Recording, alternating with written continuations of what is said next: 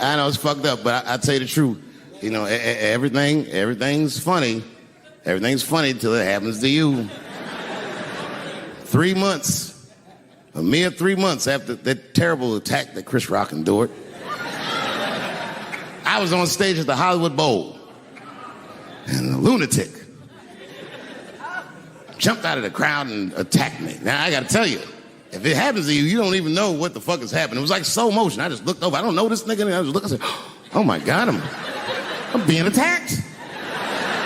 And this motherfucker was ragged. He jumped at me. He was like, ah! I'm old, but I'm fast. I caught this motherfucker's head with my hand and pulled his hoodie over his eyes. I can still feel his head in my hand. It was spongy. He had been growing dreadlocks. Not the beautiful dreads that Rastafarians grow. These were accidental LA homeless dreads. This shit had leaves and sticks and bottle caps and shit in it. Some kind of grease. I was like, ugh, like this. And then I fell down. And he knocked me all the way on the ground. And I was like, man, this is a bad situation. I'm like, I don't know if I'm gonna die or what's gonna happen. But in that moment of vulnerability, you know what occurred to me that had never occurred to me before in my life? In that moment, it occurred to me that bodyguards should not wear dress shoes to work. Travis. This nigga Travis came out slipping and sliding on some kind of beautiful loafer and fell flat on his back. I said, oh my God. Now both of us are down. I gotta handle this shit myself. So I popped that back, boom. And then the kid that knocked me down, he popped out, boom. And we looked at each other and realized at the same time, I was bigger than him. And that motherfucker took off running. And I started to chase him and I said, fuck him. And I picked the microphone up. So I'm gonna finish this show now. That's right.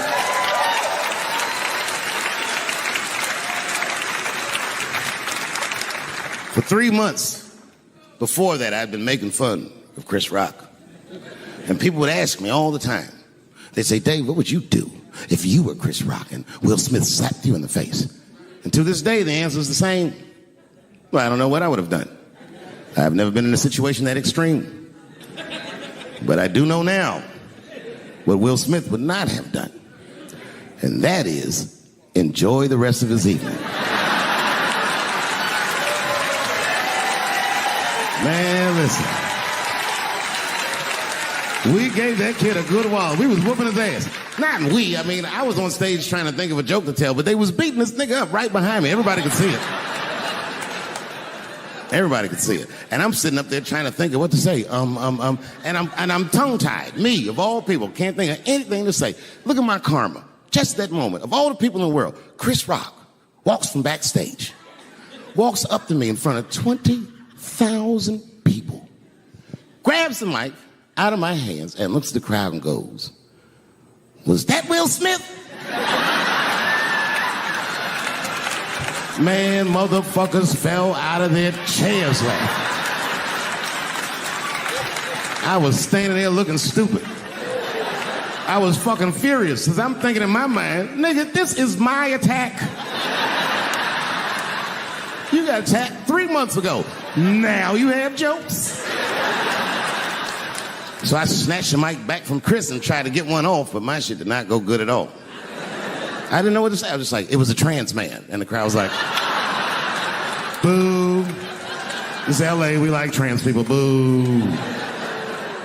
I know, I felt so bad. I felt so bad. But I know why I did it. You'd have to be there to understand, but man, when that guy tackled me, it was like it's like a movie or something. You gotta picture this. Picture a famous person you like. Every famous person you could imagine was at that show. It was like the biggest night that Hollywood had ever seen. And when that guy tackled me, he cleared the bleachers. I had to watch the tape afterwards to know this happened, but as soon as he tackled me, Jamie Foxx was the first motherfucker that jumped out of the crowd. He was wearing a white cowboy hat like he knew this shit was gonna happen to him. Never seen this nigga in a cowboy hat before. And Jamie started chasing that motherfucker around like any given Sunday. And that kid was fast as shit, was juking and shaking, and he broke Jamie's ankles, and he just kept running. And then Jon Stewart from The Daily Show ran from backstage and jumped at this motherfucker like Super Jew. He was like, ah! And the kid seen Jon coming, so he jumped back, and Jon went flying that way. And this kid was fast, and then he turned around. He sees the emergency exit. He starts running for the emergency exit. Just before he got to the door, motherfucking Puff Daddy from Bad Boy Records jumped in front of the door. That nigga was like,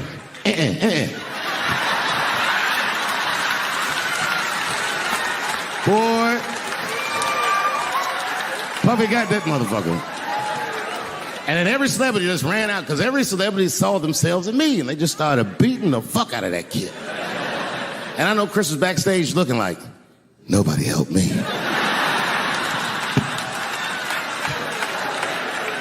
Everybody hates Chris.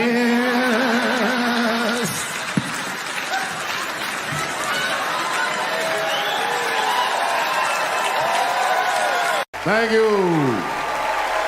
Thank you. I like not knowing what's going to happen. I like making memories. Sometimes I do all this crazy around my colleagues just so that they can tell their friends I did it. But rather than talk about myself, just briefly, I want to just talk about my genre. Stand-up comedy is an incredibly American genre. I don't think any other country could produce this many comedians. And unbeknownst to many people in this audience, I don't think there's opinion that it exists in this country that is not represented in a comedy club by somebody. Each and every one of you has a champion in the room. We watch you guys fight, but when we're together, we talk it out. I know comics that are very racist, and I watch them on stage, and everyone's laughing, and I'm like, that mother means that.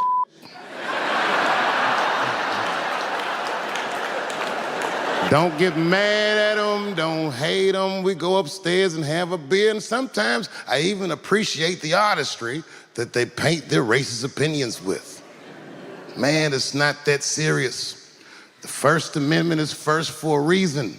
The Second Amendment is just in case the first one doesn't work out. We gotta let some air out of the ball, man. The country's getting a little tight. It doesn't feel like it's ever felt in my lifetime. So tonight, I am honored that my colleagues are here in comedy and in music.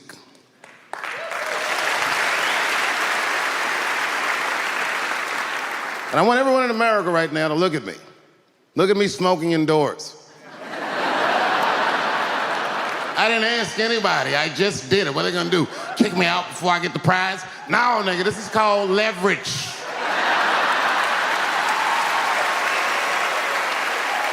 The thing that I liked best about tonight was that I saw so many people from different parts of my life, like friends that I grew up with here in DC, friends of mine from Ohio then and now, friends of mine from comedy clubs, all the musicians that blew my mind. You guys have no idea how you inspired me. I want to give a special shout out to my OG, Tony Woods. Miles Davis has a quote.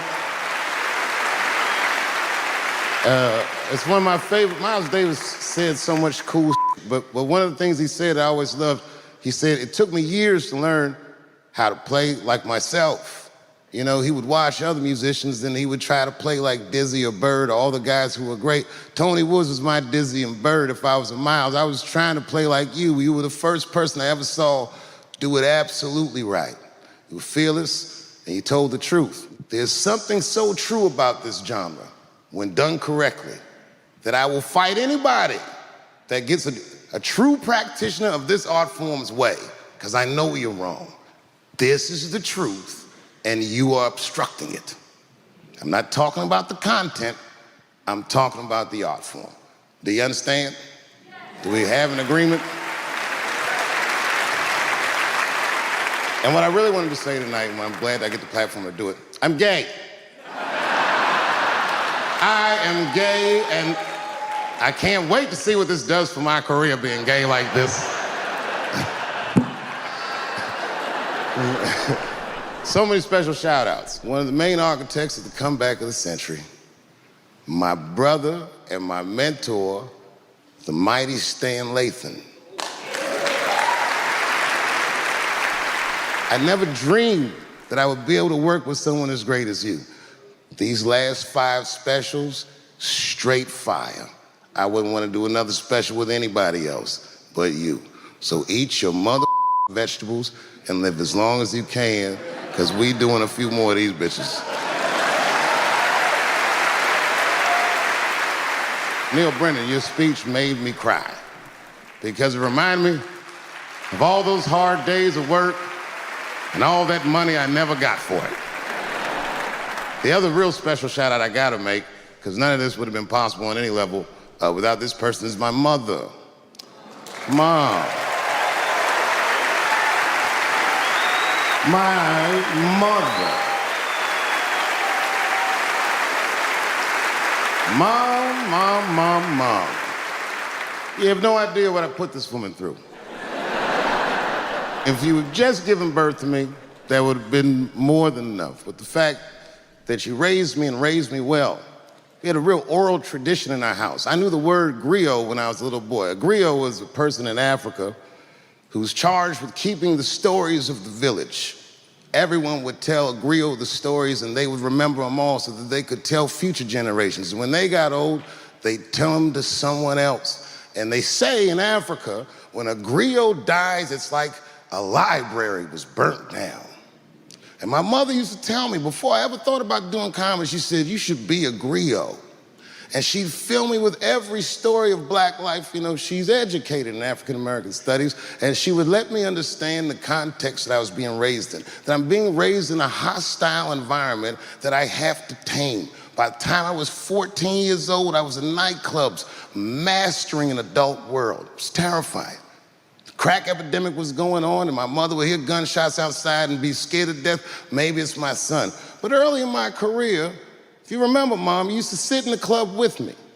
She'd do a full day of work. You'd be back there falling asleep, just waiting for me to go on. She would watch my show every night. Do you know how long that car ride is home?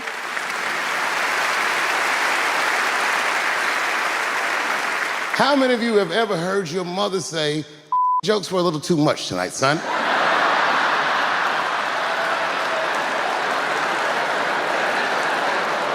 I was a soft kid. I was sensitive, I'd cry easy, and I would be scared to fist fight. And my mother used to tell me this thing, I don't even know if you remember, but you said this to me more than once. You said, son, sometimes you have to be a lion so you can be the lamb you really are. I talk this like a lion. I'm not afraid of any of you. When it comes word to word, I will gab with the best of them, just so I can chill and be me. And that's why I love my art form, because I understand every practitioner of it. Whether I agree with them or not, I know where they're coming from. They want to be heard. They got something to say. There's something they notice. They just want to be understood. Love this genre. It saved my life.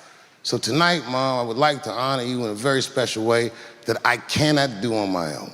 But because now I'm a man with great and influential friends, I'd like to ask my man Thundercat to come out on the stage. Thundercat, the mighty Mos Def. Washington, D.C., thank you very much for giving me a home and a place to start.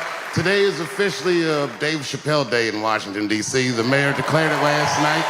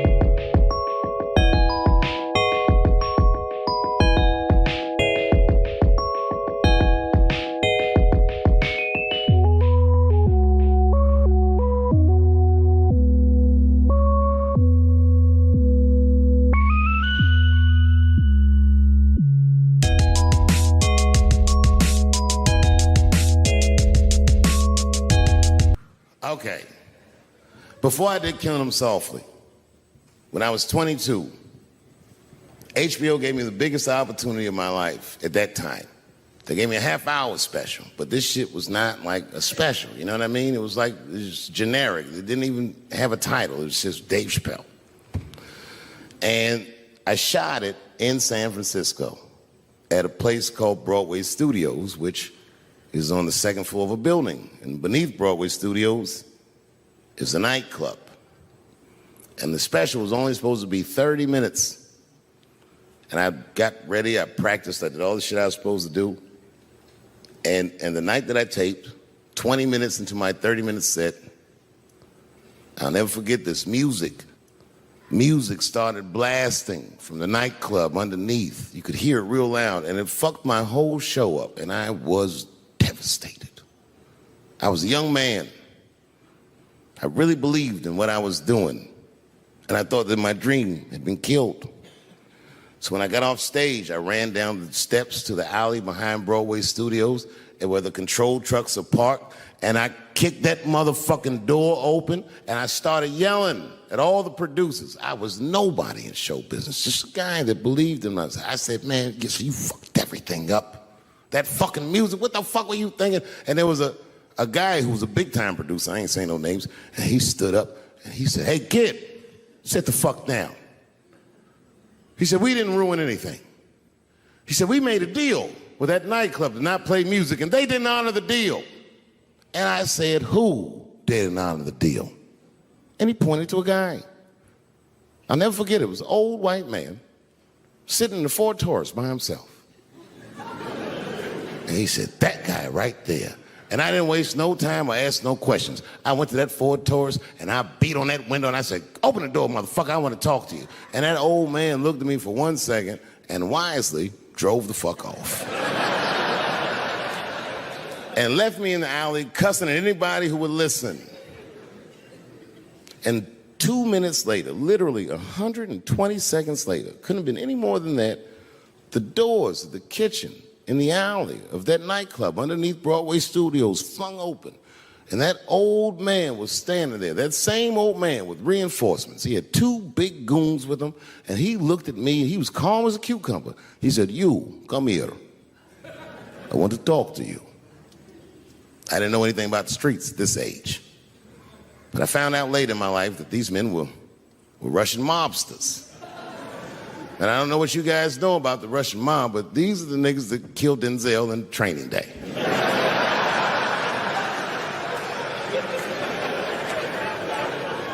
And all the producers knew what I was up against. They said, Dave, do not go in there. And I said, fuck y'all. And I walked right into that kitchen, and they closed the doors behind me, and it got dark as fuck in there. And I knew, I'm not dumb, I knew I was in a bad situation. But you have to understand, I believed in what I was doing, and I didn't give a fuck. Just kept cussing at these motherfuckers, telling them how they ruined my life. And that old man couldn't believe that I was talking all this shit. And as soon as I took a breath, he stopped me gently. He said, hey, kid, listen. Your friends lied to you. He said, we made a deal, but your friends never paid me. And when he said that, I realized I was locked in the kitchen.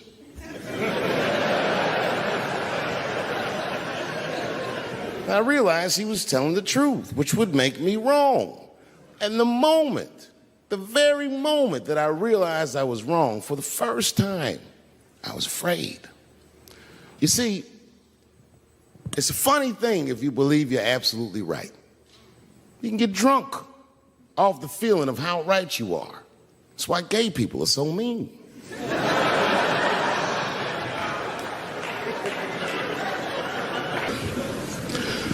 I started doing stand-up comedy when I was 14. I'll never forget the first time I was on stage. The guy that introduced me was a guy named J.T. Newton. I'm 47. I can close my eyes and remember the introduction like it was yesterday. It went like this. Ladies and gentlemen, this next young man coming to the stage is starting his comedy career tonight. Who knows? We may be witnessing the birth of a star. Please welcome Dave Chappelle.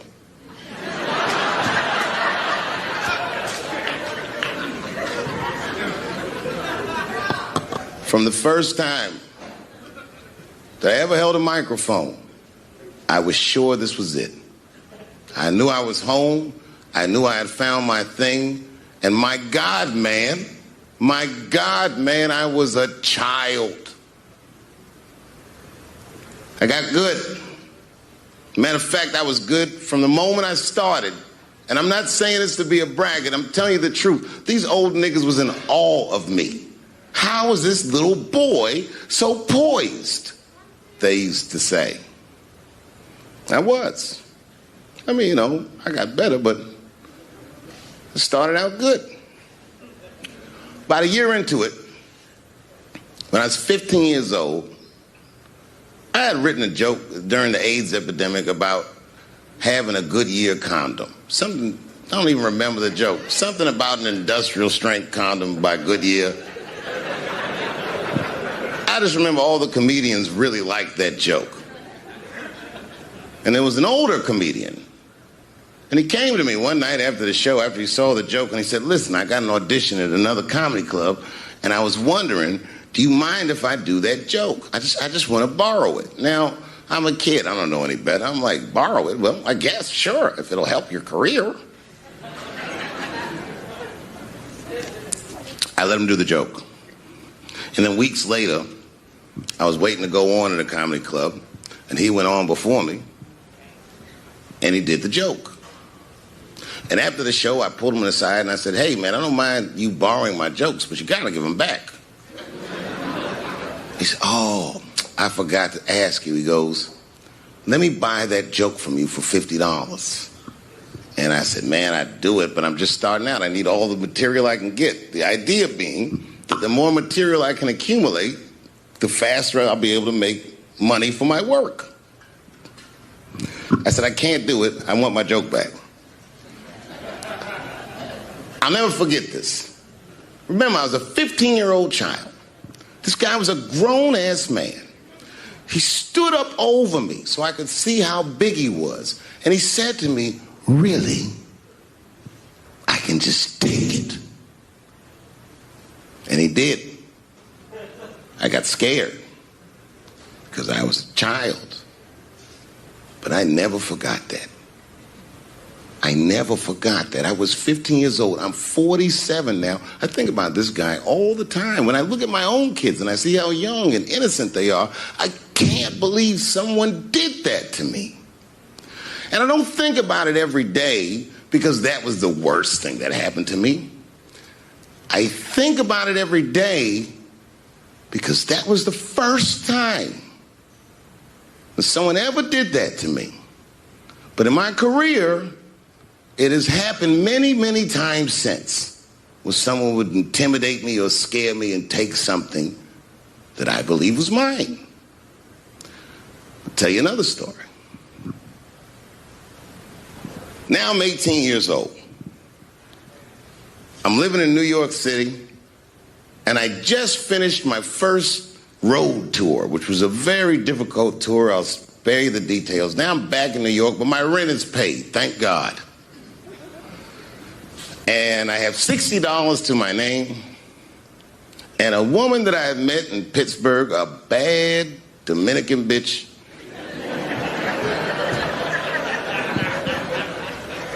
was coming to New York. She was going to spend the weekend with me. I couldn't wait for her to get there. She was coming that evening. But remember, I only had $60 for a whole weekend to entertain a bad bitch. Now I'm walking through Greenwich Village, and I see something I've never seen before. 3-card Monte. You know what that is? Yeah, the guy had the whole thing. The table was set up, and he had the 3 cards, and the crowd was hooting and hollering, and he was like, find the red card, and people were playing. Sometimes they win, sometimes they lose, but it was really exciting, and I'm standing there watching it, and I noticed while I'm watching them play this game that the red card, the one you're trying to find, had just a little bend on the corner. And I'm watching it, and I'm like, yo, this guy doesn't seem to know that red card is bent. I'm going to beat this motherfucker. And I walked up to the table, and I said, let me play a hand. And I put my last $60 on that table, and he starts to shuffle and find the red card, find the red card. And I kept watching that bent card go around the table, make sure I kept my eyes on that bent card. And when he stopped shuffling and he said, find the red card, I pointed to it with confidence. Here it is right here. And he flipped it over, and it was black. And he took my money. I couldn't fucking believe that. How did this nigga do that? Was that magic or sorcery? I was confused. So you know what I did? I sat there and I watched him for a real long time play the game. And I realized that all those people who was doing all that hooting and hollering and betting, my God, they were his friends. They were in on the whole thing. I felt so wronged. I felt so stupid. And then the next sucker came up to the table and was about to put his money down. And I said, fuck that, man. Don't put your money there. All these niggas is in on it. It's a trick. And when I said that, the guy that was dealing, and this motherfucker was huge, snatched me up by my collar. Feel how strong he was when he grabbed me. I was a skinny little guy. And he was gonna maul me. And the only reason he didn't, I'm sure, is because he saw the fear in my face. And that fear, he looked at me. I saw his eyes go from hard to soft. He softened. Then he looked at me like the way a father would look at a child. And he said to me, young man, don't ever come between a man and his meal. I never forgot that either. Most niggas would have to run the streets for years to learn a lesson that profound. It took me 2 seconds. Never get between somebody and their paper. Taking a man's livelihood away from him is akin to killing him.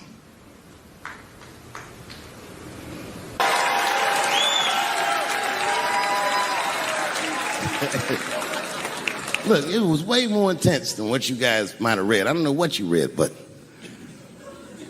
the kid, while we was beating on him, reached in his waistband, pulled out a .22 caliber pistol. That shit was mayhem. Everybody started screaming, oh my God. Oh my God, he's got a gun. He's got a gun. And then I got scared. I was in the back, but I was scared. Because I knew that everybody that was with me was armed. Yes, if they had shot and killed this kid on stage at the Hollywood Bowl, like I pay you to do, Travis.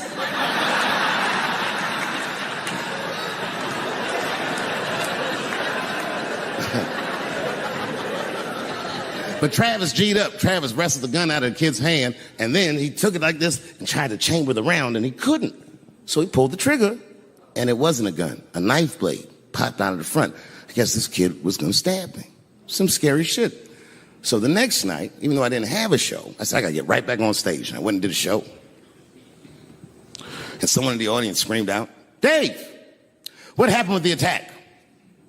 And I didn't know there was journalists in the room. All I said was that this nigga had a knife that identified as a gun. I got 6 more weeks of bad press for that joke. I didn't even do nothing to this nigga. That's not right. That was not right. And then the New York Post went to the jail and interviewed my attacker like he was some kind of hero. And I read that interview. It turns out the entire attack was my fault. Yes, I triggered him. I didn't mean to. I had done jokes about the homeless. It turns out this young man was homeless. And I mean, there's no way I could have known this. But I will say, for a homeless guy, this nigga had incredible seats.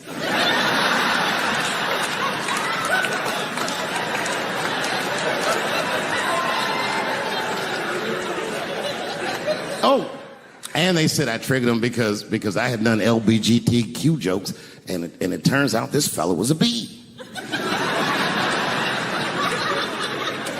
That was the headline in the article. It said, Dave Chappelle's alleged attacker is bisexual. I said, alleged attacker?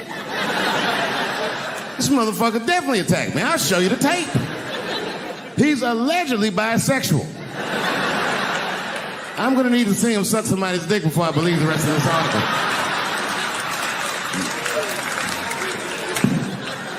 I read that shit in the paper. I was horrified. I was like, oh, bisexual? I could have been.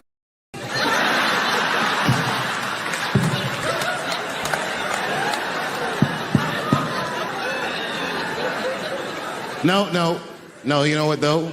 It's not funny because after all that madness ensued, I went to the hotel room. I was by myself, and I opened the door, and my wife was in there alone. She was sobbing, like sobbing. I said, oh my God, what's wrong with you, bitch? Did you get attacked too?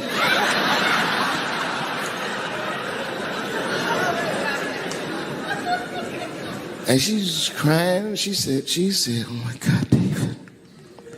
She said, if you had died tonight, me and the kids would have nothing.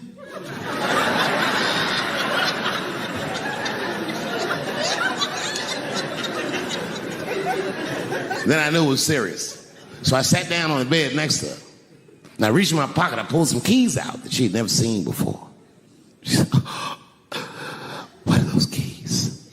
And I gently placed them in her hands. I said, sweetheart, those are the keys to my safe deposit box.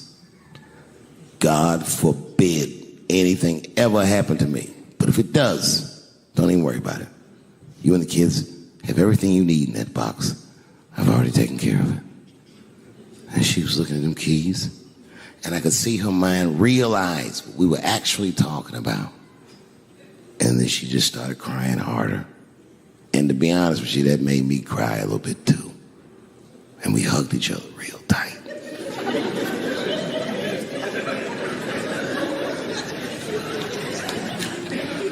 Do you know this bitch looked in the box while I'm alive and well?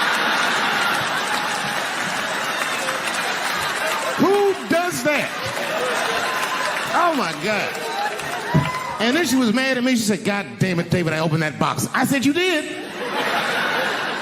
She said, yes, I did. And there was nothing in there.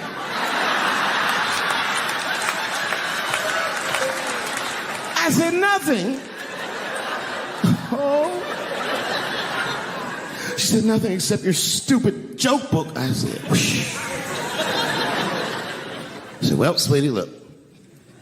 If you tell those jokes exactly how they're written, you and the kids should be fine. They're really good jokes.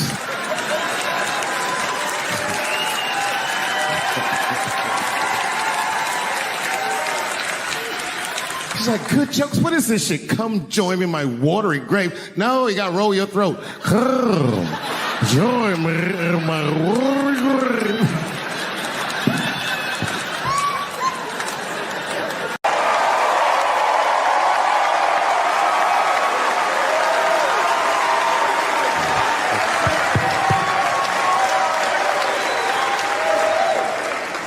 She's an amateur in stature, but in practice, she was very professional.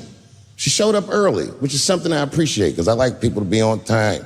She was dressed to the motherfucking nines. I mean, I'm transphobic, and even I was like, you look nice.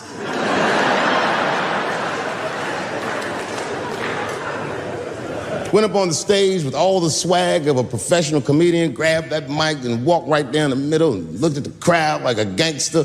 Man, you should have seen her work. This bitch bombed for 45 minutes straight. And I am not exaggerating, young man. That show was terrible.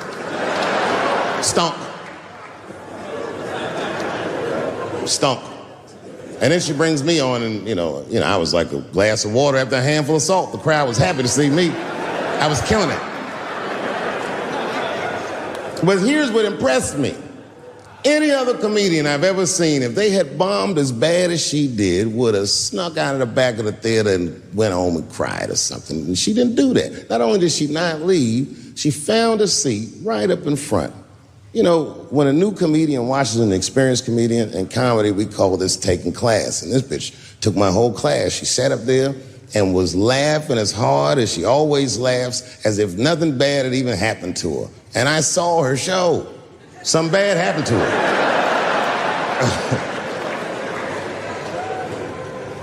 She was drunk. So she starts talking to me while I'm on stage, but the way a person would talk to a television when they were alone. She's talking to me like that. That didn't bother me because I knew her, but the crowd didn't like that shit at all because she sucked. And a guy in the back of the room stood up, and Daphne's hair was dyed blonde at the time, and the guy screamed out, and his energy felt wild as fuck. He said, "Hey, Daphne!" And everybody kind of clamped, like got tense. We didn't know if it was a heckler or active shooter. And he said, "Does the carpet match the drapes?" Yeah, it was fucked up. The whole crowd kind of groaned because it was so, like, mean. Everybody groaned, except for Daphne. She kind of laughed, which was weird. And then she didn't even look all the way back. She said, "Sir, I don't have carpets. I have hardwood floors." Just like that. Just like that. And boy, when she said that shit, it blew the roof off the place. Cut through all the tension. With that one joke, she made up for 45 minutes of a stinker of a show. And after that, she could do no wrong. And I kept on rocking. She kept on talking to me. And then the show became something cooler than a show. It became like a conversation between a black man and a white trans woman, and we started getting to the bottom of shit. All them questions that you think about that you'd be afraid to ask, I was just asking them, and she was answering them, and her answers were funny as shit. The crowd was falling out of their chairs. And at the end of the show, I go, "Oh, Daphne," I said, "Well, that was fun." I go, "I love you to death, but I have no fucking idea what you're talking about." The whole crowd laughed, except for Daphne. Now she looks at me like I'm not her friend anymore. Like I'm something bigger than me, like I'm the whole world and the guy. And she said, "I don't need you to understand me." I said, "What?" She said, "I just need you to believe," just like this, she goes, "that I'm having a human experience." And when she said it, the whole crowd kind of gasped. And I gave her the Fight Club look. I said, "I believe you, bitch." Because she didn't say anything about pronouns. She didn't say anything about me being in trouble. She said, "Just believe I'm a person and I'm going through it." And oh, I believe you because it takes one to know one.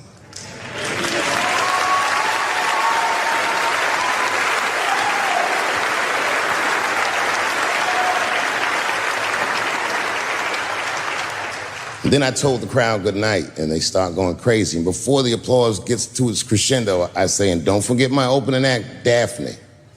And the crowd stood up. And I looked at her, and tears came out of her eyes. She couldn't believe it was happening. I couldn't believe it was happening because her show stunk.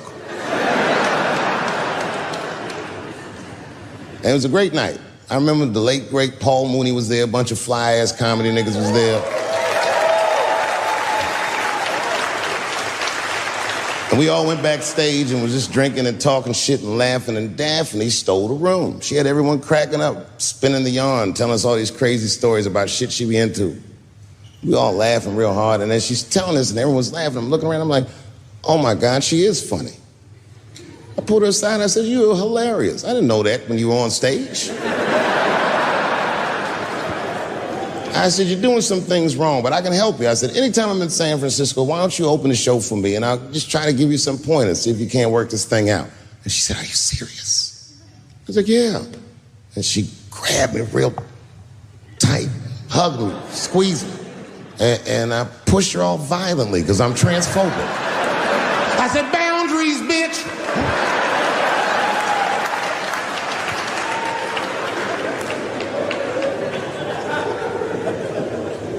When Sticks and Stones came out, a lot of people in the trans community were furious with me, and apparently they dragged me on Twitter. I don't give a fuck, because Twitter's not a real place.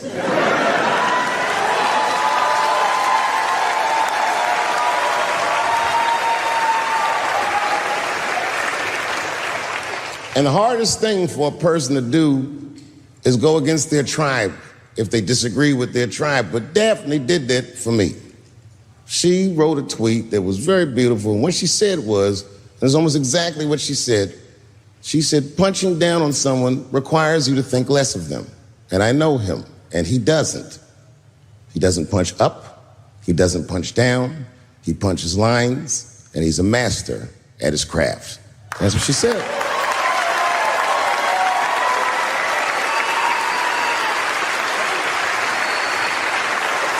Beautiful tweet, beautiful friend. That took a lot of heart to defend me like that. And when she did that, the trans community dragged that bitch all over Twitter. For days, they was going in on her, and she was holding her own because she's funny. But 6 days after that wonderful night I described to you, my friend Daphne killed herself. Oh, yeah. It's a true story. My heart was broken. Yeah, it wasn't the jokes. I don't know if it was them dragging her. I don't know what's going on in her life, but I bet dragging her didn't help. I was very angry at them. I was very angry at her. I felt like Daphne lied to me. She always says she identified as a woman, and then one day she goes up to the roof of a building and jumps off and kills herself. Clearly, only a man would do some gangster shit like that. Hear me out. As hard as it is to hear a joke like that, I'm telling you right now, Daphne would have loved that joke. That's why she was my friend.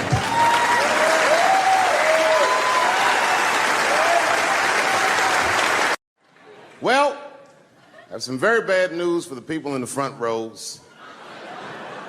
I heard that some of you paid as much as $800 for your tickets. Sadly, I did this same show a couple weeks ago in Atlanta for $60 a head. Can you imagine? Nigga, you could have flown to Atlanta, got a hotel, had some dinner, and came back, and you still have a little money left over, niggas. Paid way too much just to see me in this gay-ass neighborhood. All right, let me roll up my sleeves and tell these pussy jokes. Will told me to say there hasn't been this many pussy references in this room since Cats was here. Boy, I gotta tell you, man, I've been doing this set all week, and boy, I've been telling these jokes, and sometimes niggas look like they're in actual pain over the jokes. None of it's that bad to me, but I understand why it could hurt some people's feelings. So tonight,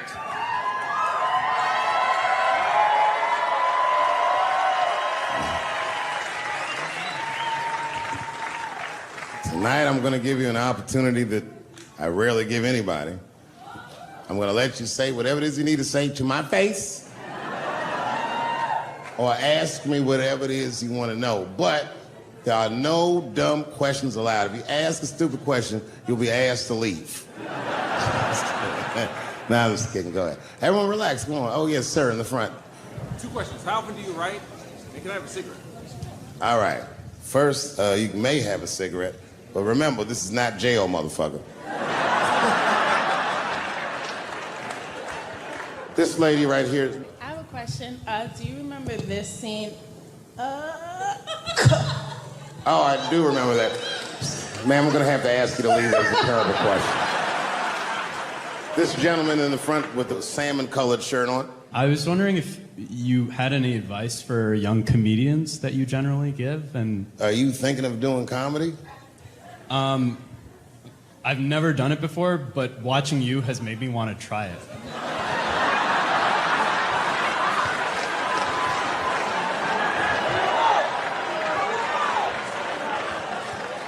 I don't know if that's an insult or not.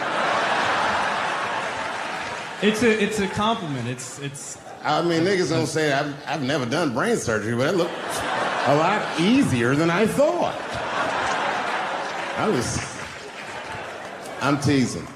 All right, here'd be my advice. Okay, I don't know how comedians start nowadays, right? But what I would suggest is just start. And once you start, you can't really stop, no matter what happens, no matter how bad it gets, no matter what people say. You know what I mean? Because comedy is weird like that. You know why I hate watching other comedians do comedy? Not because I hate other comedians, but because I love comedy so much. It's like watching somebody else fuck your girl. And I say, fuck her better than that. Yes, you on the aisle up there, the lady with the long... Yes, you, standing up. I see you. My favorite book of all time, The Narrative of the Life of Frederick Douglass.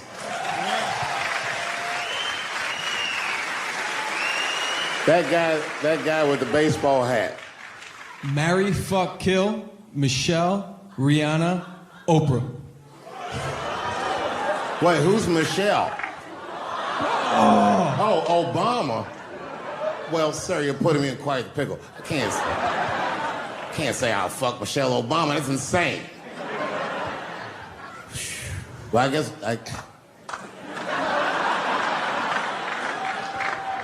I mean, because I wouldn't kill any of those women. But I'd fuck all three of them.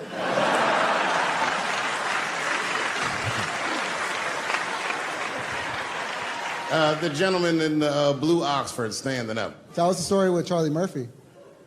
Tell a story about Charlie Murphy? Or your favorite. Boy, there's so many good Charlie Murphys. You know, the thing with Charlie Murphy is he used to just make us laugh all the time.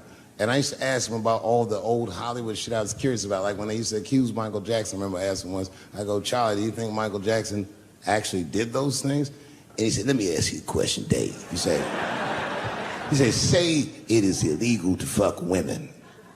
How long are you staying out of jail? So God bless Charlie Murphy, wherever you are. Charlie, I love you. Who do you think is going to win the 2020 election? All right, I'm going to put a pin in this, but I'll tell you right now, fella, I don't know, but I think Trump has a better shot than a lot of people would like to think. I'm just saying, it all depends on how the left talks. The way we're talking is not going to win the fucking ball game. Donald Trump's over there on the right, grabbing handfuls of pussy. Joe Biden can't even smell hair over here. Fuck this side.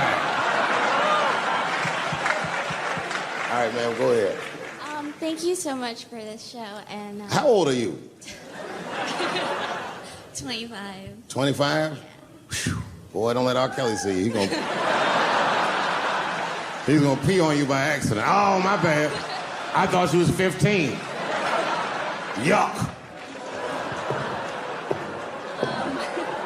I'm totally joking. I'm sorry.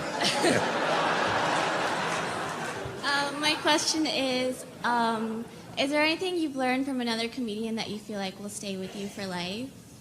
I tell you what, miss, that's a good question. Yes, is the short answer. A longer version of it is this.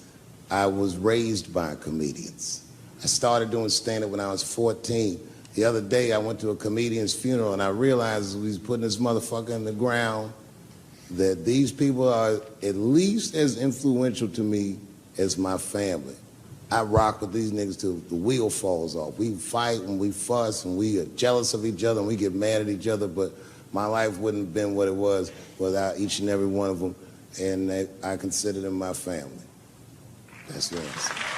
Still hadn't figured out exactly how to say what I wanted to say, but I was doing pretty good. And I was doing some Me Too jokes, and a woman stood up from the audience and she was crying. Clearly, it was a white woman. She says to me, you can't say that.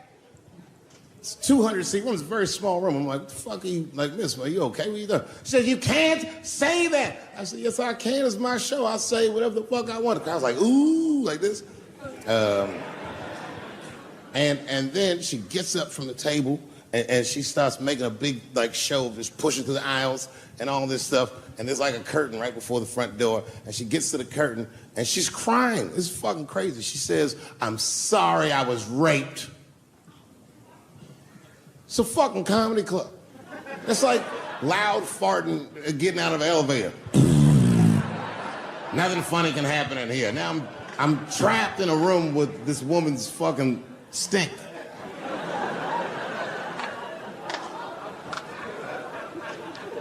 And I say, miss, it is not your fault that you were raped. But it's not mine either. Ta-ta, bitch, like this. She storms out. Now the room is very uncomfortable, but I managed to get the crowd back. But I'm like, a little traumatized. Same show, there's a trans woman sitting in the audience. This is a true story. This was like a few weeks ago. I did 6 shows that weekend. This trans woman came to 4 of them. Calls herself Daphne. Man, this chick Daphne was in there cracking the fuck up at everything I said about everybody. It was amazing. She was laughing, and it was fun to watch her laugh. You could tell she was letting go with something that was heavy, and she'd throw her head back, and she'd smile with all her teeth. She was having a great time. And the more fun she had, I felt bad, because I knew I had some trans jokes to unload. And I thought to myself, maybe I shouldn't say these jokes because I don't want to like fuck her evening up. She's having so much fun. But then I thought to myself, well, if I can't say it in front of her, should I say this shit at all? So I let her rip. And to my surprise, Daphne laughed harder at the trans jokes than anybody in the room. In fact, everybody in the room would look at her to make sure it was okay. And I got off stage, I was in the dressing room, I was like, man, this is a fucking weird show. I'm sitting in the dressing room by myself just trying to figure out, like, what the fuck just happened out there? Like, why is it that this one woman can't take any of these jokes and Daphne can take all of these jokes? So weird. And then I realized, Daphne used to be a man.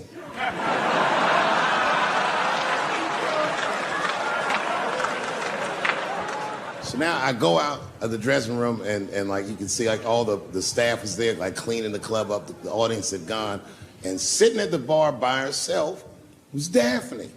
And she's like, hey, Dave, come join me for a drink. And I don't want her to think that I'm transphobic or nothing, so I'm like, fuck, I guess I could have at least a drink. And we get some tequila and we're sitting there. And she was fucking cool. Turns out that Daphne, she wants to be a comedian. She was asking me for advice, and I told her advice and all that shit. And then she says to me, she says, boy, you sure do get a bad rap for your trans jokes. I said, Daphne, thank you, but you don't have to say that. I hope I didn't offend you. She goes, no. She said, in fact, I read about you in the New York Times. I said, you did? She said, yeah. She said, I thought it was interesting that they blamed you for R. Kelly. They said you normalized him for telling jokes about him. I go, yeah, they said that. She goes, I wonder why they never said that you normalized transgenders by telling jokes about us.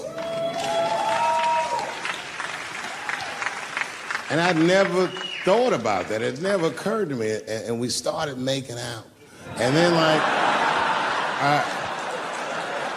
I reached up just to see what it felt like. I was like, what? And it felt like pussy, did it? It was just like, go ahead, ask me a question. What the fuck you gonna do if Trump get reelected? What am I gonna do if Trump gets reelected? Probably get a significant tax break.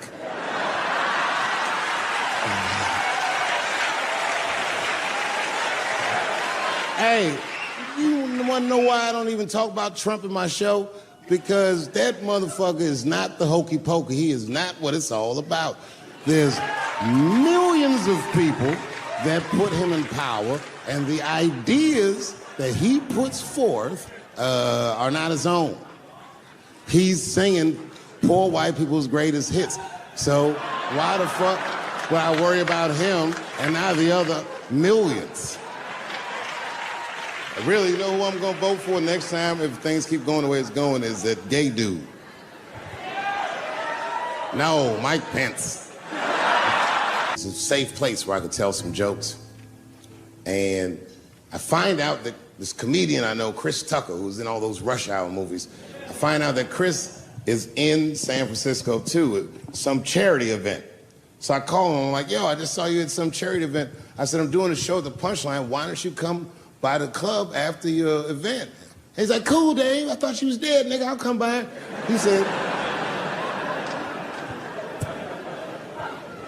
He says, is it okay if I bring some friends? Because, you know, I'm with a lot of people. I go, man, you Chris Tucker. You can bring whoever the fuck you want. And then I show up to the club late that night. I walk into the dressing room, and sitting in the dressing room is Gavin Newsom, who at the time was the mayor of San Francisco, but now he's the governor of California. And sitting next to him was Kamala Harris, who at the time was the DA of San Francisco. Now she's the senator from California that's front running on the Democratic ticket. And sitting next to her was Al Gore. It's fucking weird. And sitting next to Al Gore was the guys from Google, Sergey, and I don't know how to say these. All right. And it was Chris Tucker and Ben Jealous, who at the time was the president of the NAACP, who was all just at this big charity dinner, and Paul Mooney was drinking scotch. And we all was just in there. And, you know, at first I was a little uncomfortable when we started talking, and we all got along really well. Well, at some point, Kamala Harris she says to me, she goes, you know, a friend of mine is announcing his candidacy for president tomorrow. I went to college with him. I'm like, what? I go, Barack Obama? She goes, you've heard of him? I'm like, yo, I just read about this dude. And she goes, yo, yeah, blah, blah, blah, we talking. She goes, you know what? She says, let's call him on the phone. I said, what the fuck? And she picks the phone up and she dials and she's listening like this. And she goes, this is voicemail. And she gives me the phone, she goes, leave him a message. You know, I didn't know what to say. I just said what you say to any black dude that's running for president. You know, stay low, running a zigzag pattern, this kind of shit.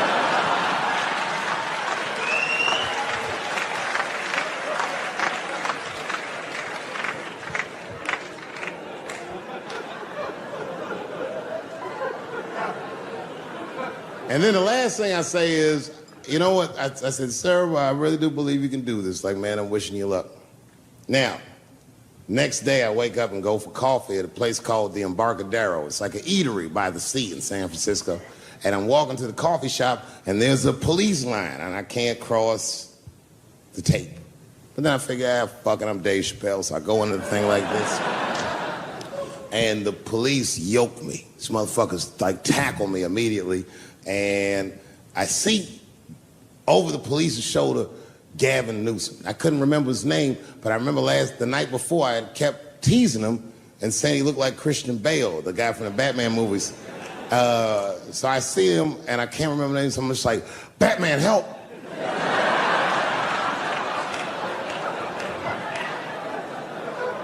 And he stops, he's like, Dave? And then the police see that the mayor knows me, so they all like, oh, sorry about that. And he's like, hey, back up, everybody. And he just picks me up. He's like, I'm really sorry about that. I'm like, I'm fine, don't worry about it. And he's like, listen, I'm here with Prince. Would you like to meet him? I'm like, I know Prince. That's my nigga. And we go around the corner, and it was Prince Charles, the Prince of England. I didn't know the protocol of meeting royalty. You're not supposed to touch him. I dapped him up like a nigga. My nigga. Just hugging him and shit like this, dapping him up, like this. And that nigga was cool too. I was like, that's really fucking weird. And then I was just out there in the upside down, not having no TV show, trying to figure life out. And the election was going on in the background. And this guy, Barack Obama, was picking up steam. This motherfucker was killing it. And I had a chance to go to the last debate on the Democratic ticket, and I went. It's me and Chris Tucker sitting in Myrtle Beach, South Carolina. It's the last three candidates. It was Barack Obama, John Edwards, and Hillary Clinton. Now, Obama's a lot taller than Edwards and Clinton, and he had the center podium.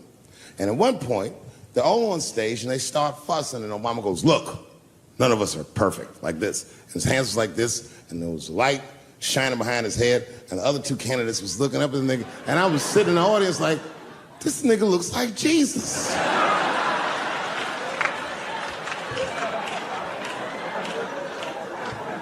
And I realized in that moment that I was looking at the next president of the United States. I was certain of it. I couldn't explain it, but I knew what I was seeing. And I got really excited. And I'm not that kind of guy. I said, I gotta meet this motherfucker. So I stayed. They were all on stage doing interviews, and I just waited. I was waiting and waiting, and then John Edwards was done with his interviews first, because everybody knew he wasn't going to win. And I see John Edwards, and I said, hey, Senator Edwards, I just want to say hi. And that motherfucker looked at me like, like, fuck you, nigga, you gonna lose anyway. And then he left, and then Hillary Clinton just walked by me in one of them Steve Harvey suits.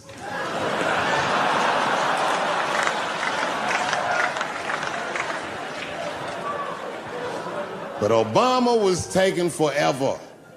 Everybody wanted to talk to him. When I knew the media saw exactly what I saw, there was no question about it. That was the guy. I waited and I waited, and finally, must have been over an hour and a half, he finishes his last interview. He's like, "Man, thank you very much. Good talking to you." And he turns around, and we make eye contact. He sees me, and when he sees me, he looks over, he goes, "Dave Chappelle." And Obama did me the same way I did Prince Charles. He dapped me up, and he like bro hugged me, and he pulled me in, and I'll never forget this. He said in my ear, "I got your message."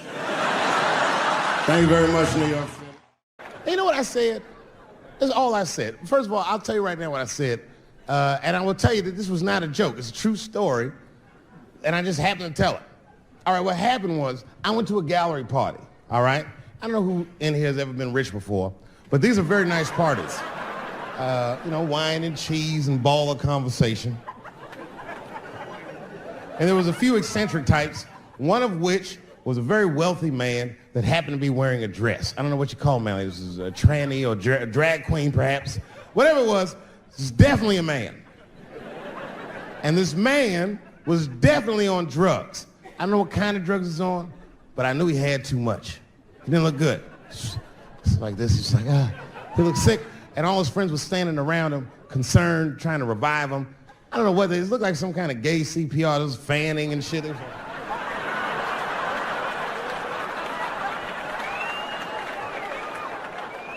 I saw all this from a distance. Now, I should have minded my own business, but I got curious. I was like, oh. And I went over there. All I said, "Excuse me, gentlemen, is he okay?" And then they looked at me like I was evil. "She is fine." I said, "Word? Oh. I'm sorry, I didn't know this is what we were doing." Here's my thing. I would support anybody's right to be whoever they feel like they are inside. I'm your ally in that. However, my question is, to what degree do I have to participate in your self-image? Is it fair that I have to change my whole pronoun game up for this motherfucker? That doesn't make sense. Seriously. If I put on an Argyle sweater and I'm like, "Hey everybody, I feel like a white guy in this sweater and I want some goddamn respect and a bank loan," that's not gonna work. Give a fuck how I feel. Why should I give a fuck how you feel? Nigger is a pronoun. But there was no time for philosophical debate. This was an emergency situation. I said, "Fine. Sorry, guys. I was just worried because she looks terrible. She just fell off the bench. Appears that her dick is popping out of her dress. You mind if I call an ambulance, champ? I'd rather not be at a party where a tranny ODs. There's too many questions to answer."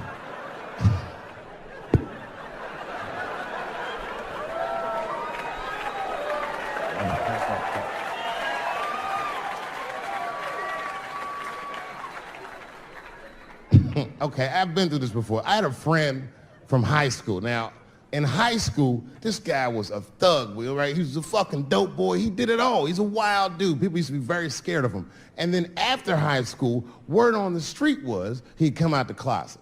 I personally didn't believe it. I bring him up because last year, he calls me out of the blue like, "Yo, what's up, man? I got your number from so-and-so, and I heard you're going to be in New York doing a show. Could I get some tickets?" I was like, "Fuck yeah, get some tickets, man. How you been?" He said, "Well, we'll catch up at the show, man, but yo, I appreciate it. I'll see you soon." I said, "All right, man, take care." And I was about to hang up, and I couldn't resist. I was just like, "Hey, nigga, I heard you was gay. What's going on with that?"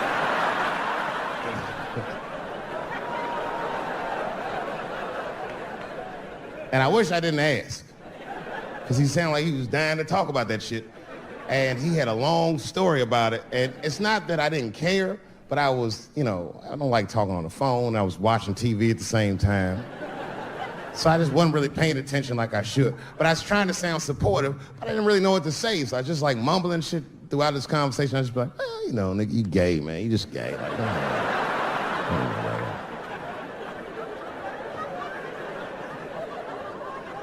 This went on for a while, and then finally I had to say something like definitive to get him off the phone. And I was like, hey, man, you know what? Don't let people get you down, all right? And the next time someone tries to make you feel bad about yourself, just remember, everybody fucks funny to somebody.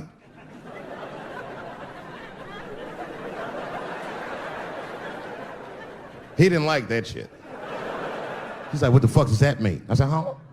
He said, you saying I fuck funny, motherfucker? I said, no, that's not what I'm saying. I'm saying everybody's different. He said, you ain't say different, nigga. You said funny. What's so fucking funny about the way I fuck? And I said, hey, man, I fuck feet. He said, what? Oh, this is not a joke, ladies and gentlemen. I get women to squeeze their feet together like this, and I fuck them right in that little space in their feet. But you can't build a community behind that shit. There's no flag for us. That shit made him laugh. And the next day, after the show, I saw him backstage. He was like, yo, what's up, man? I'm like, oh, shit, what's going on? And he had his buddy with him. He goes, Dave, I want you to meet Manuel. Manuel's my fiance. We're in New York getting married because it's legal here. I said, well, congratulations, fellas. And Manuel was like, gracias. And he went to go get some drinks. And then my buddy looked at me, he was like, so Dave, what do you think? And I started mumbling again. You gay, nigga, you just gay. He said, yeah, I'm a little nervous about getting married, man. It's a big step. I said, yeah, it is. It's a big step. He said, well, you've been married for a while. You got any advice for us? No, I'm married to a woman. Sorry about that. And he corrected me. He said, no, you married the person that you love. So it's essentially the same. I said, man, the problem with that statement is that it makes the assumption that I love her. But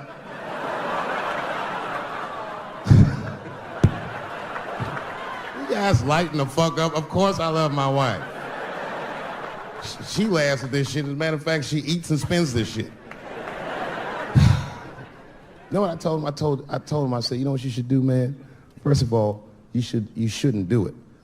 I'm talking about being legally married. It's not that you're gay as much as just legal marriage is a fucking diabolical leverage game in the United States. I'm just being honest. Devoid of religious significance or the idea of love, marriage is nothing but an awful contract that you shouldn't sign.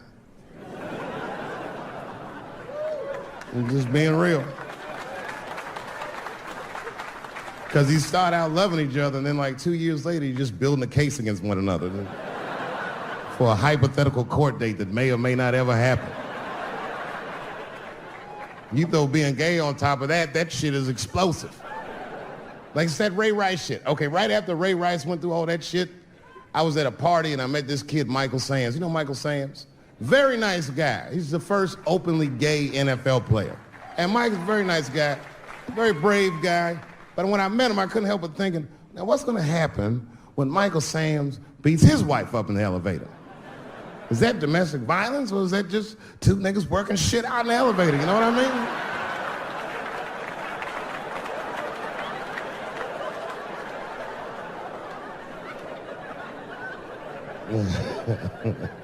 Anyway, I give all married men the same advice, gay or straight. Get a dog. His dog will love you all the time, but she's not going to. It's real talk. I didn't even know about dogs, and my kids got the dog. They brought him home from the shelter, and I didn't even want him. They were like, can we keep him? I said, nope. I said, where'd you even get this dog? They're like, we got him from the shelter. I was like, ugh. Probably something wrong with him.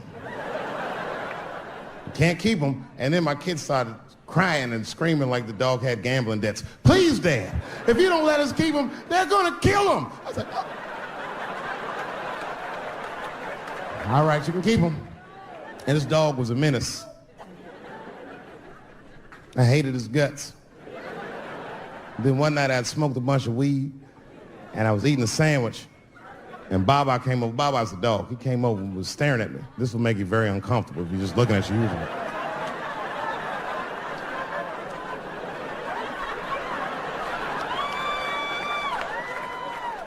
I had to give him a piece of my sandwich so he'd go away. And that's how we became friends. Now, if you see me walking down the street with Baba, I ain't got no leash or nothing. He walks right next to me. If I stop, he'll stop. And if I go, he'll go. And all my friends are like, yo, Dave, that shit is dope. How you train Baba to do that shit? I've never trained Baba. Just a messy eater. If I drop food and Baba's not around, all I gotta do is call him. Baba! He's a black dude's dog, so he doesn't come right away. He peeks first to see what's going on.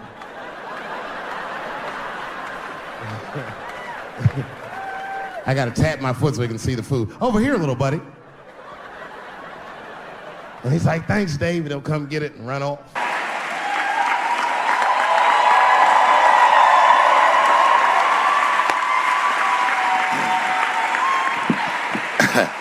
Man, I gotta tell you, when I was sitting here watching what all the other honorees have done with their lives, I started feeling like shit. Like, this is terrible.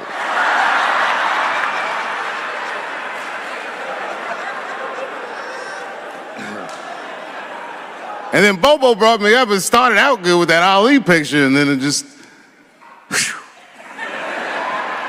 But that coloring book that was in the picture, I know the Ali's are here, that coloring book, my mother has it. And Champ, he signed it. You know, the greatest, he signed it, Muhammad Ali. And his sparring partner was there that day. And his sparring partner signed it, said the next heavyweight champion in the world, Larry Holmes. And he was. And 2-year-old Dave Chappelle colored all in that shit and just ruined the book.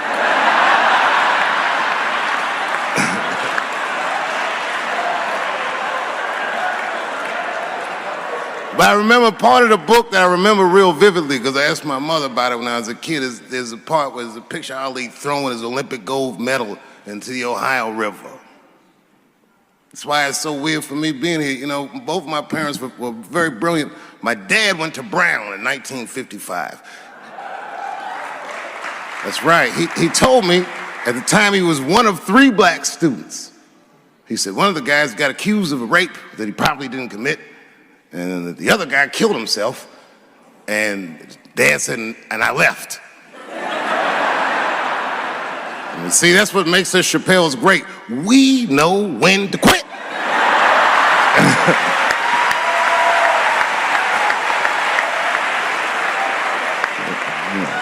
We all just live to fight another day.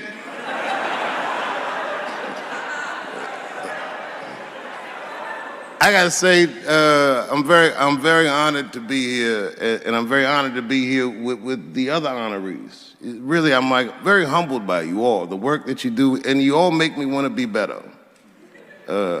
All of you.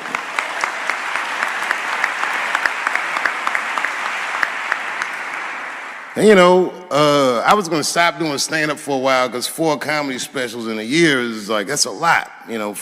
But you know, shout out to my colleagues in comedy. I just want to say that in a way, this for me belongs to my mother primarily, who was an African American studies professor, and a lot of the content that I say, she raised me well. I'm not an uninformed person. But also, you know, my colleagues in comedy, like comedians have been getting beat up pretty bad recently, and we're somehow nowadays expected to speak with the precision of attorneys or politicians. We are not. I always think of James Baldwin. You know, James Baldwin was one of my favorite writers because he managed to tell white people what they feel like to be around.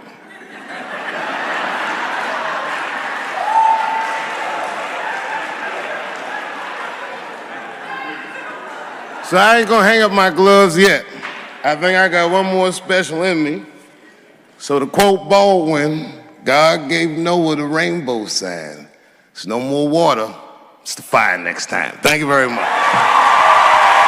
And so, if you would, please join me in welcoming Dave Chappelle home again.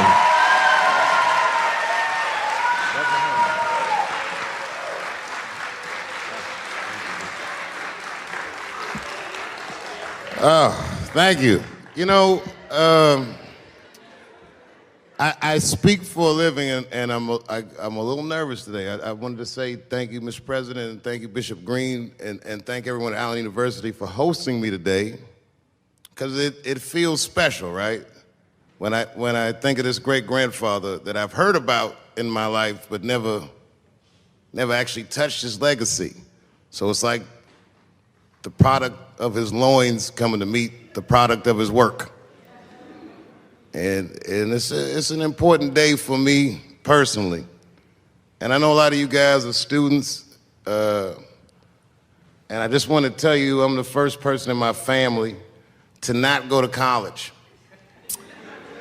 And as the president has told you, I've done outstanding in spite of that.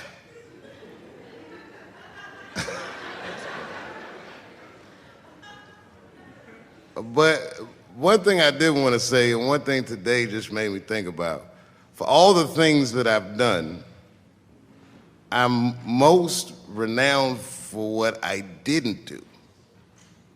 I've made decisions in my career that a lot of people have called insane. 2004, had a $50 million deal on the table, and in a crisis of conscience, flipped the table over and walked away.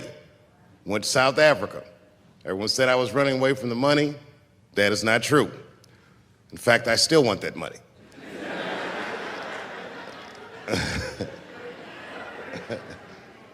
The idea that I wanted to just share with you guys is the idea that sometimes you do what you think is best, whether anybody understands it or not. I heard a story about my father where someone told me he used to do statistics for a company in DC.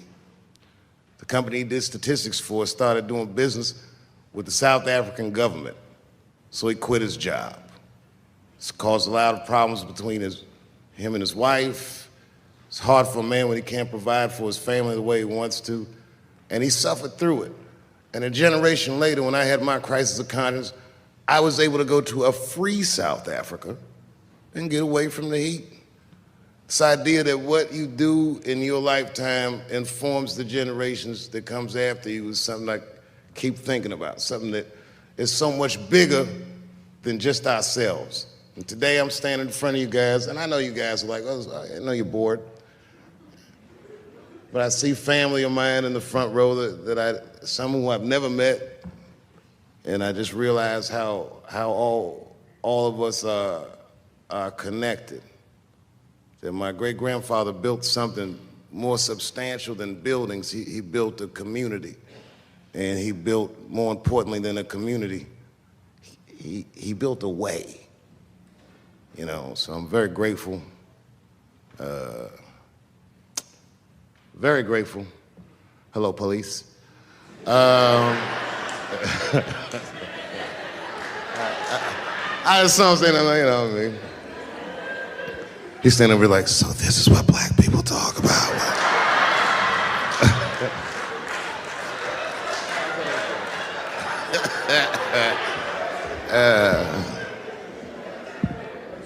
I just want you guys to remember, you know, that right now there's this thing where ethics aren't what they used to be. This idea that people are trying to replace the ideas of good and bad with better or worse, and that is incorrect.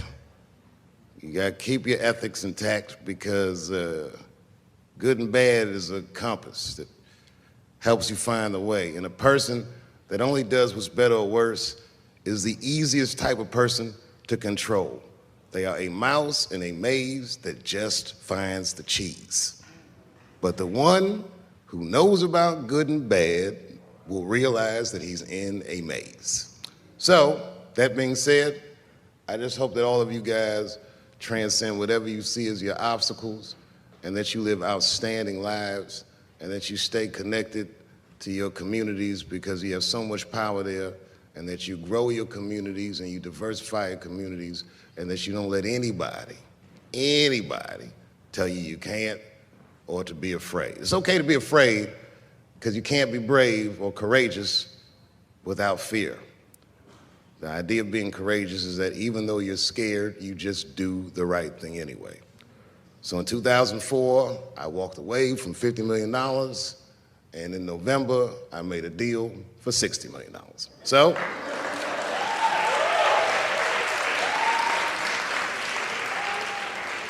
although I am not the most famous comedian of my time, I would like to know what their great-grandfathers did. I'm very proud today. Thank you very much.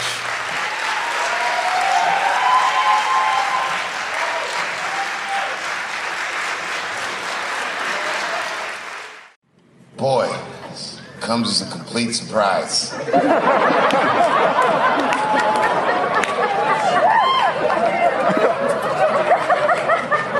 I mean, I read all the reviews and they